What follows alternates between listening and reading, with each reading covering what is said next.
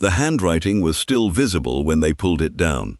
On the morning of March 4, 1997, in the farming town of Callaway Creek, West Virginia, population 2,300, a hand-lettered sign had been nailed to the wooden post at the end of Ridgeline Road for 11 years. White poster board, black marker, faded to gray by then. 4 words, "Please drive slow. Children." Karen Aldrich had put it there herself, in the spring of 1986, because her daughter Noelle was 7 years old and liked to chase fireflies to the edge of the road at dusk. Neighbors had driven past that sign 6,000 times. The county surveyor had photographed it. The school bus had stopped 20 feet from it every weekday morning for a decade. Nobody ever looked twice at the man who lived in the house behind it. What happened in that farmhouse at the end of Ridgeline Road, and what was hidden there for 11 years, would not be discovered until a water utility worker followed a broken pipe to the back of the property on a cold Tuesday morning and found something that could not be explained. Something that would unravel a secret that had survived 2 investigations, 4 detectives, and the long, patient silence of a community that had simply stopped asking questions. But to understand what was found that morning, you first have to understand who Noelle Aldrich was. And you have to understand what happened on the last night anyone in Callaway Creek saw her alive. In 1986, Callaway Creek was the kind of place where nobody locked their doors before 11 o'clock at night, and even then, only because someone's wife insisted. The coal company had pulled out 6 years earlier, but the town hadn't collapsed the way everyone feared. The hardware store was still open. The diner on Route 9 still served breakfast until 2 in the afternoon. People left casseroles on each other's porches when someone got sick. The high school football team had made it to state the year before, and the trophy was still the first thing you saw when you walked into the principal's office. Noelle Aldrich was 7 years old when the story begins, and she was, by every account that survives, the kind of child who made people stop and smile. She was small for her age, with red hair she wore in 2 braids that her mother did every morning before school, and she had the particular confidence of a child who had never been made to feel anything but safe. She was in 2nd grade at Callaway Elementary. She collected state quarters in a blue velvet pouch she kept under her bed. She had a dog named Biscuit, a beagle with 1 floppy ear, who slept at the foot of her bed every night and followed her to the end of the driveway every morning to watch the school bus come. Her mother, Karen Aldrich, was a licensed practical nurse at the county hospital in Morganfield, 12 miles east. She worked Monday through Friday, day shift, and was home by 4:30. Her father, Dennis Aldrich, ran a small electrical contracting business out of the garage. He drove a white pickup with a busted CB radio he'd been meaning to fix for 3 years. They had lived on Ridgeline Road since before Noelle was born. Their neighbors to the left were the Harmon family. The Harmons had a son 2 years older than Noelle and a golden retriever named Cal. Their neighbors to the right, in the house at the end of the road, were a man named Gerald Pratt and later no one at all. The spring that Karen put up the sign, Noelle had started running to the end of the driveway in the evenings to catch fireflies in a mason jar. The road wasn't busy, but it curved sharply past their property, and Karen had seen drivers take that curve too fast. So she wrote the sign, drove a wooden post into the soft spring dirt, and nailed it up. She never thought twice about it. It was just the kind of thing you did in Callaway Creek. That summer, Noelle Aldrich spent her afternoons learning to ride a bicycle without training wheels, teaching Biscuit to sit for a milk bone, and visiting Mrs. Harmon next door, who always had lemonade ready and a drawer full of coloring books. She was happy. Callaway Creek was happy. Nobody had any reason to think otherwise. That was the last ordinary summer they would have for a very long time. The evening of August 14, 1986 was warm and still, the kind of late summer night that hangs close to the ground. Noelle had eaten dinner, Karen's pork chops, which Noelle always ate around the edges and left the middle, and by 6:30 she was outside, barefoot, running through the backyard with Biscuit at her heels. At 7:15 p.m., Karen stood at the kitchen sink and watched Noelle through the window. She was fine. Biscuit was barking at a moth. At 7:40 p.m., Dennis called out the back door that it was time to come in. There was no answer. At 7:42 p.m., Dennis walked to the backyard. Biscuit was sitting at the edge of the yard, near the fence line, whining at something in the dark. Noelle was gone. They searched the yard. They called her name. Dennis walked the road in both directions. Karen knocked on the Harmons' door. Their son hadn't seen her since school. By 8:15, Karen had called the Callaway County Sheriff's Office. By 8:45, 2 deputies were walking the property with flashlights. They found her sandals. Both of them.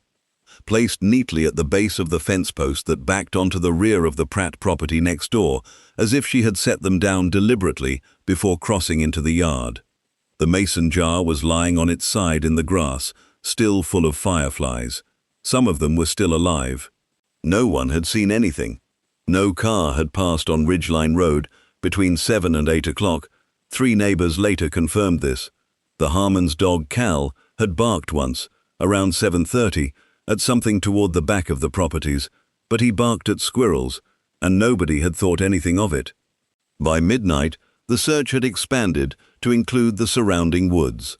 By morning, it had grown to 40 volunteers.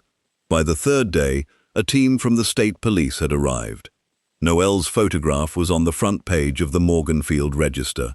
The case was assigned to Detective Raymond Cull of the Callaway County Sheriff's Office, a 20-year veteran with a soft voice and a habit of chewing the end of his pen when he was thinking hard. The sandals were logged into evidence. The mason jar was photographed and catalogued. Biscuit was brought inside and slept by the fence for 6 nights straight, which Karen Aldrich has never forgotten. The initial investigation moved in 3 directions at once. Detective Cull began with the registered sex offenders within a 20-mile radius. There were 4 in 1986. All 4 were interviewed within the first 72 hours. All 4 provided alibis that were verified. One of them, a man from Morganfield named Stanley Freeze, could not be immediately confirmed, and he consumed 6 weeks of investigative focus before his employer provided time card records that placed him at a job site in Elkins on the night of August 14th. The second direction was the neighborhood itself. Every house on Ridgeline Road was canvassed. Every car that had any reason to be near the area was traced. Gerald Pratt, who lived in the house directly behind the Aldriches, was interviewed twice in the first week. He was 44 years old. He'd moved to Callaway Creek 3 years earlier from somewhere in Ohio. He worked as a route delivery driver for a regional grocery distributor. He was quiet. He kept to himself. He had a large vegetable garden in the back of his property that he tended meticulously. He told investigators he hadn't heard anything unusual on the evening of the 14th. He said he'd been inside watching television. He seemed cooperative. He seemed sad for the family. Nobody searched his property. The third direction was the theory, popular in those first weeks, that Noelle had wandered into the woods and been injured. Search teams covered 11 square miles of forested hillside over a 10-day period. They found a deer carcass, an old campsite, and a boot. They did not find Noelle. Karen Aldrich asked, twice, whether they had looked inside the Pratt house. She told Detective Cull something about the man next door bothered her. She couldn't name it exactly. She said he always watched Noelle from his garden when she was playing in the yard. She said Noelle had never liked him, had never waved back when he waved. She said the dog, who barked at everything, never barked at Pratt, just went silent and backed toward the house. Detective Cull noted it in his file. But Gerald Pratt had an alibi that could not be disproven, had been cooperative, and had no prior record. There was no probable cause for a search warrant. The case went cold in the spring of 1987. Pratt continued to tend his garden. The sign at the end of the road stayed up. By 1991, 5 years had passed. Callaway Creek had not forgotten Noelle Aldrich, but life had moved in the way it always does, like water finding a way around a stone. The Harmon family sold their house and moved to Charleston. Dennis Aldrich's contracting business had quietly dissolved. He couldn't focus, couldn't plan, couldn't stand to be away from home long enough to finish a job. Karen was still working at the hospital, though everyone there could see it in her face now, a weight behind the eyes that never lifted. She kept Noelle's room exactly as it was. The blue velvet quarter pouch was still under the bed. Every August 14th, she put a mason jar on the porch step and put fireflies in it and left it burning all night. By 1994, 8 years out, Gerald Pratt sold his house and left Callaway Creek. No announcement, no goodbye to neighbors. A moving truck arrived on a Thursday. By Friday afternoon, the house was empty. Karen watched it from her kitchen window. She called Detective Cull, who was now retired. He told her that without new evidence, there was nothing to be done. The family who bought the Pratt house arrived the following year, the Okonkwo's, a family from Pittsburgh with 3 children. They painted the exterior brown, planted a flower bed along the fence, and the kids rode their bikes to the end of Ridgeline Road every afternoon. Life resumed its shape. Karen's sign was still up. The marker had faded almost to nothing, but you could still read the words if you stood close. Please drive slow. Children. Detective Cull kept a box on the top shelf of his garage.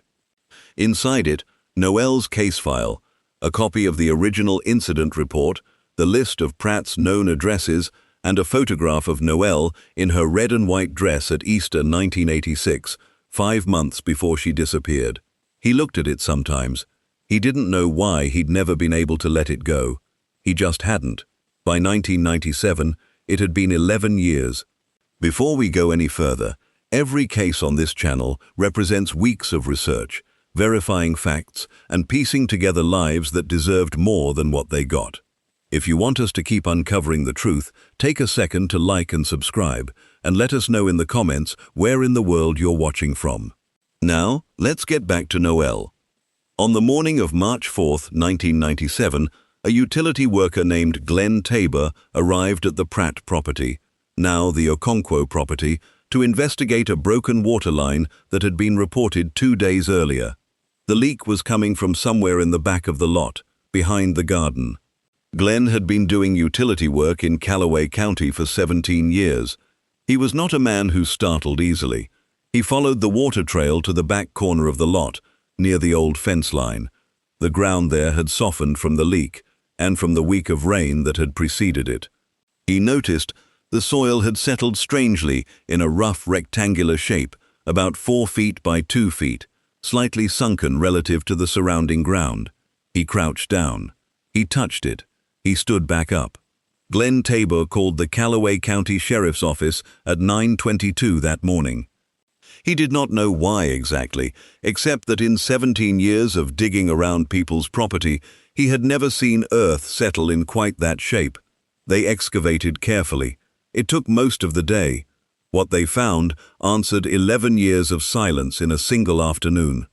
A forensic anthropologist from West Virginia University was called in. The remains were small. The blue velvet pouch, somehow still partially intact, was recovered alongside them, its contents, 14 state quarters, catalogued one by one. Court documents confirmed the identification through dental records 6 weeks later. Noelle Aldrich had never left Ridgeline Road. Karen was at work when Detective Cull, retired, 61 years old, who had asked to be notified personally if anything ever changed, drove to the hospital and walked into the break room where she was eating a sandwich at noon. She looked at his face. She put the sandwich down. She didn't ask. She already knew. She was there the whole time, Karen told her sister that night. 11 words that would stay in the county's memory for years afterward. Gerald Pratt had not disappeared quietly enough. Records from Ohio showed he had relocated to a town called Beachview near Columbus after leaving Callaway Creek. He was living under his own name. He had no criminal record, which was how he had always survived.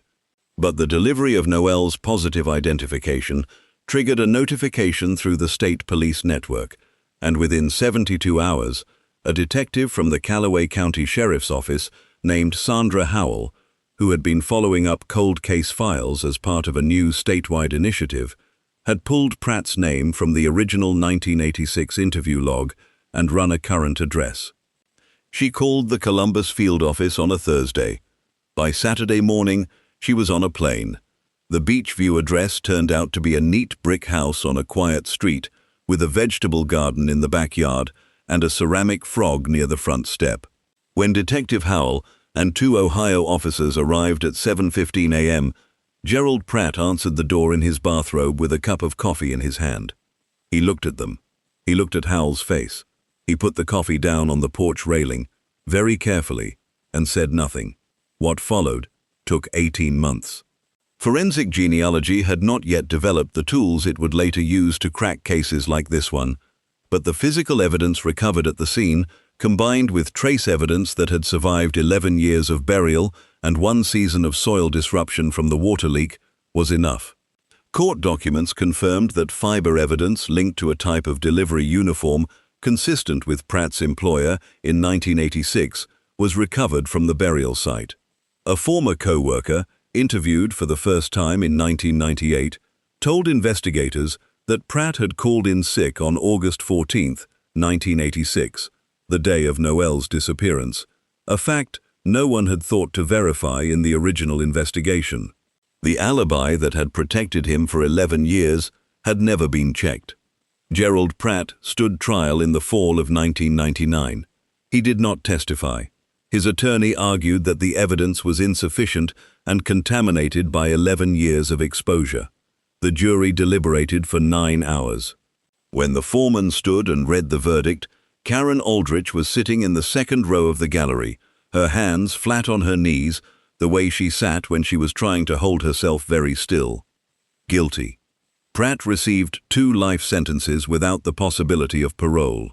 He was led out of the Callaway County Courthouse on a Tuesday afternoon in October, and the small crowd gathered on the courthouse steps was quiet in the way that communities are quiet when something they have waited a very long time to feel finally arrives and turns out to be nothing like they imagined. Not relief exactly, not closure. Something harder to name. Something that lives alongside grief rather than replacing it. Noelle Aldrich was 7 years old. She had red hair in 2 braids and a dog named Biscuit and a blue velvet pouch with 14 state quarters and a mason jar full of fireflies and an entire life she was just beginning to understand. She had a mother who loved her with the particular ferocity of someone who knew, even in the ordinary moments, how extraordinary it was to have this child in the world. Karen Aldrich planted a small redbud tree in her backyard in the spring of 2000, the first spring after the verdict. She dug the hole herself.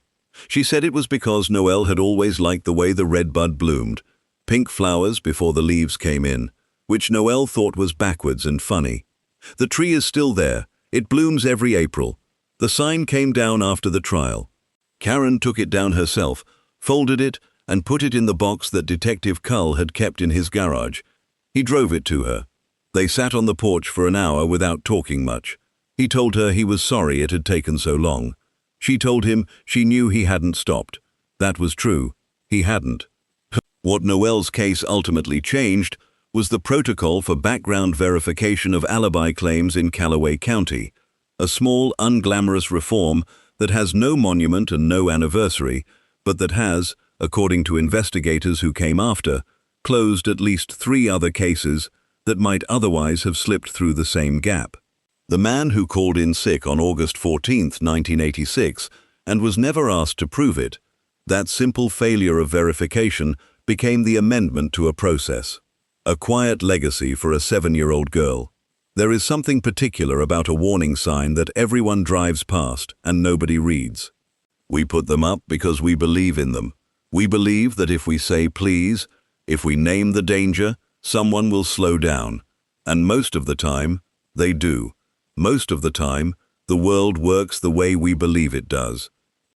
The question that Noelle's case leaves behind, the one worth sitting with, is not whether Gerald Pratt should have been caught sooner, though he should have. It is why the warning was so clear and so easy to ignore. A woman's instinct, A dog who went silent instead of barking. A man who tended his garden with great care and never once let his neighbors see what was buried beneath it. What does it tell us about the cases that are still out there?